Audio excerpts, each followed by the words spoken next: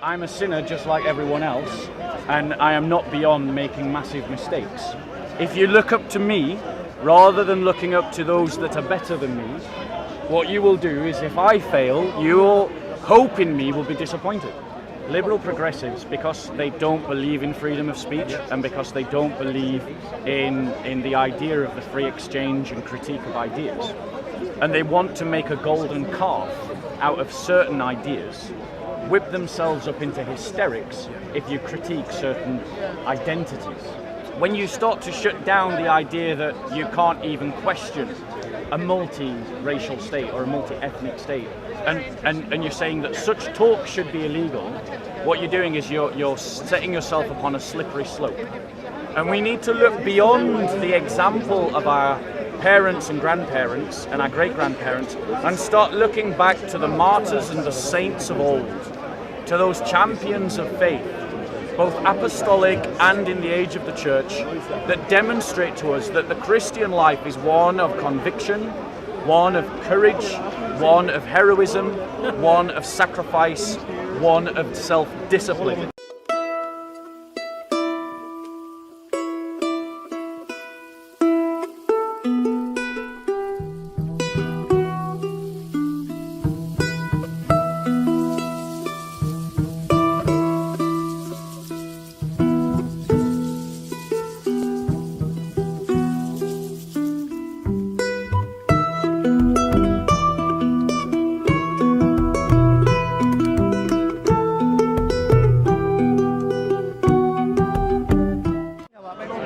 My question I can't hear you. I'm sorry, man. A lot of people, when they see a social celebrity, what do you mean? Like last week, I came to the march last week, and I saw like a lot of people, it's like, a lot of Christians speaking out. Okay. Why do people like that? Shall we go over there? Yeah, I'll address that question, Jason. Where are you from?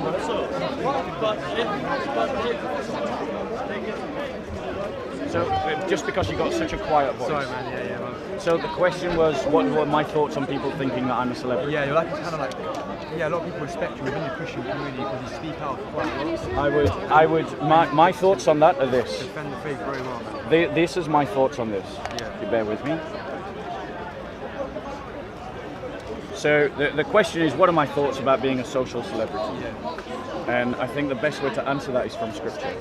In Exodus 20, verse 4, it reads, "You shall not make for yourself an idol, or any likeness of what is in heaven above, or on the earth beneath, or in the water underneath the earth. You shall not worship them or serve them, for I, the Lord your God, am a jealous God, visiting the iniquity of the fathers on the children, on the third and the fourth generations of those who hate me, but showing loving kindness to thousands of those who love me and keep my commandments." So in answer to what I think, I would say to anyone who thinks me some kind of celebrity is, don't put me on a pedestal. I'm not dead yet. I could still screw up majorly.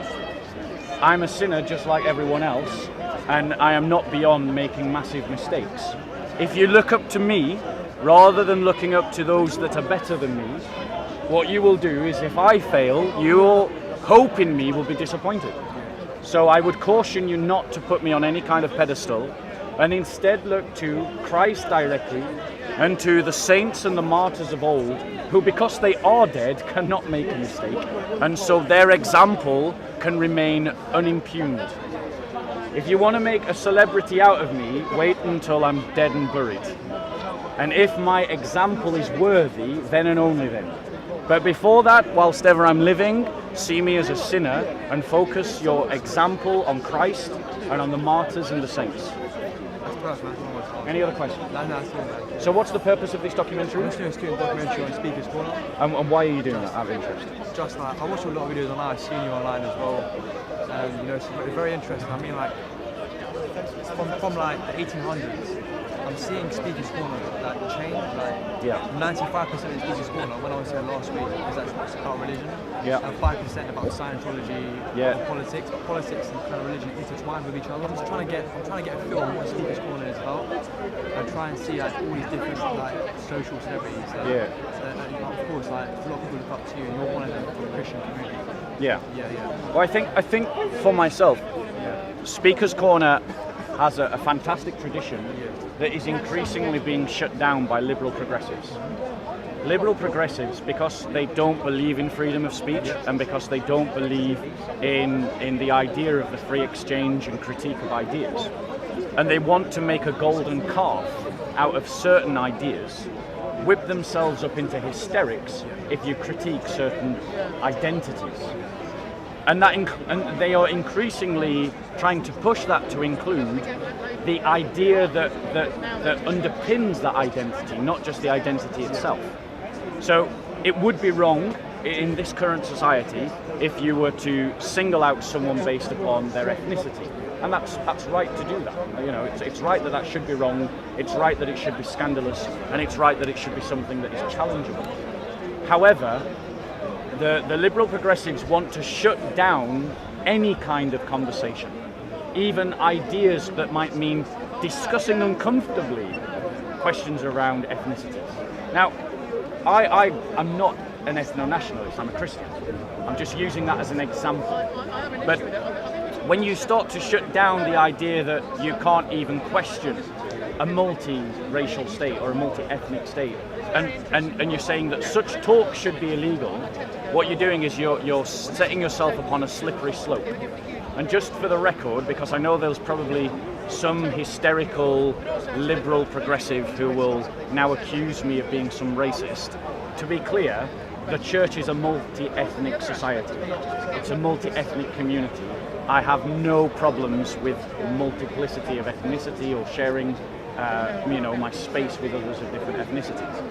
But it should be allowed for people to question that and critique it, and to say, actually, you Christians are wrong for mixing races.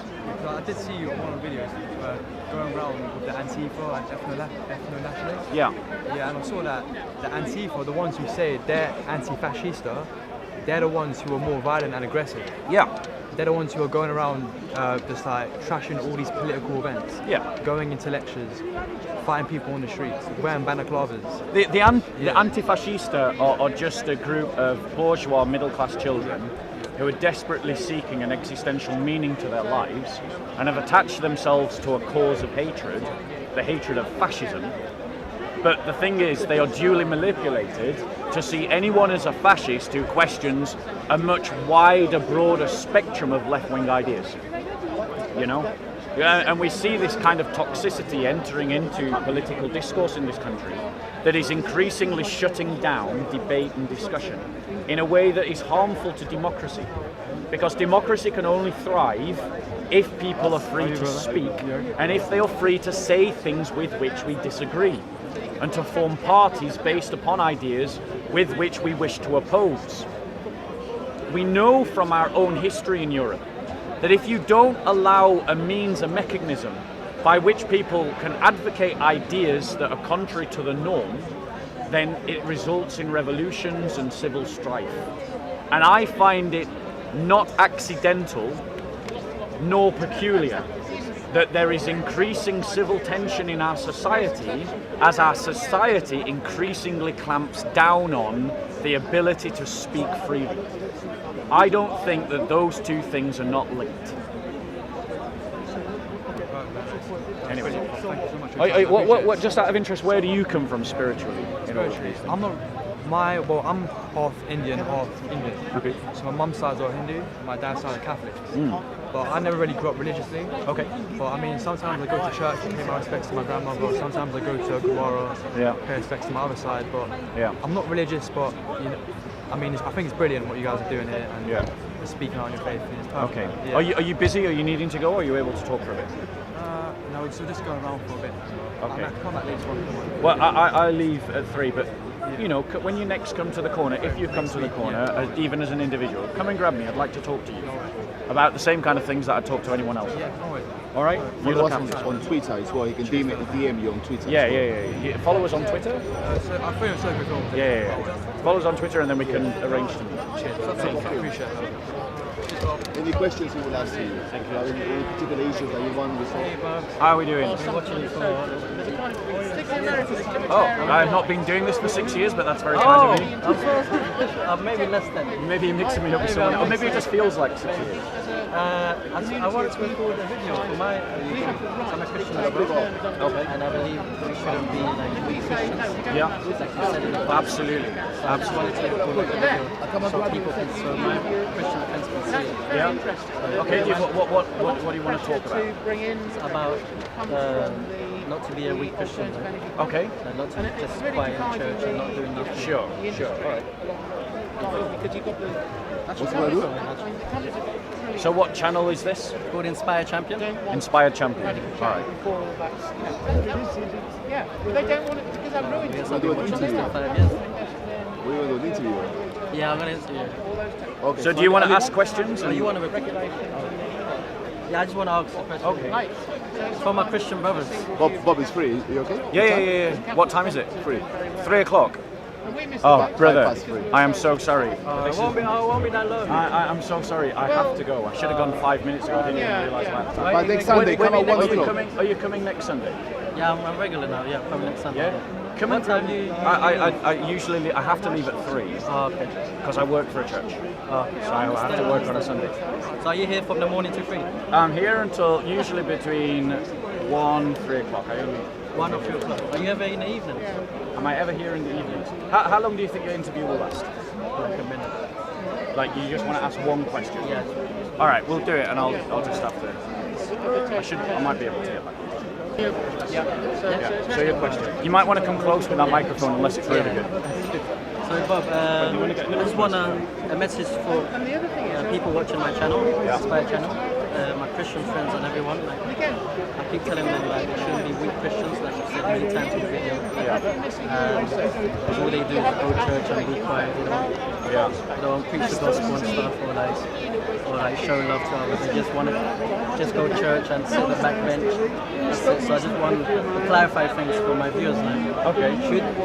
Is it okay to be a weak Christian, or should they be more outspoken? I mean, I think as Christians, what we have received, particularly young Christians like yourselves, what we've received from our immediate parents and grandparents and great-grandparents is a deformed Christianity, a weak Christianity, a Christianity that has lost its courage, has lost its spine, to be really blunt, has lost its balls, basically. And the reason for that is historical. The church at one time used to be the guardian of civilization, the guardian of truth, the heart and soul of our culture and country. And since the Enlightenment, it has become weak, cowardly, shy, bashful, humbled, humiliated.